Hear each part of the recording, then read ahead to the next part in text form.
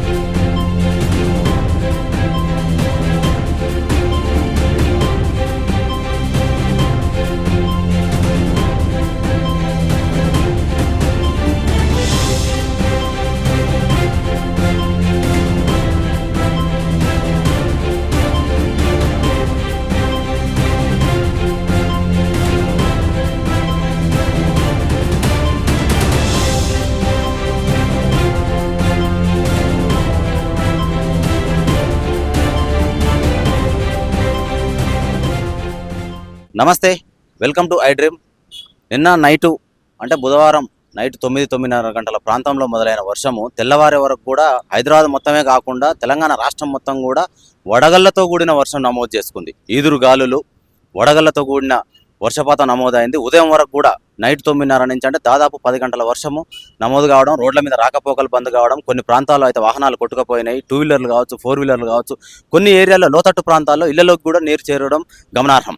అయితే వడగళ్ల వానకు విమానము స్వల్పంగా ధ్వంసమైంది. ప్రయాణికుల కేకలు, అరుపులతోటి ప్రయాణం చేశారు. ఢిల్లీ నుంచి శ్రీనగర్కు నడుస్తున్న ఇండిగో విమానం 6E2142 మార్గం మధ్యలో అకస్మాత్తుగా వడగళ్ల వానకు గురైంది.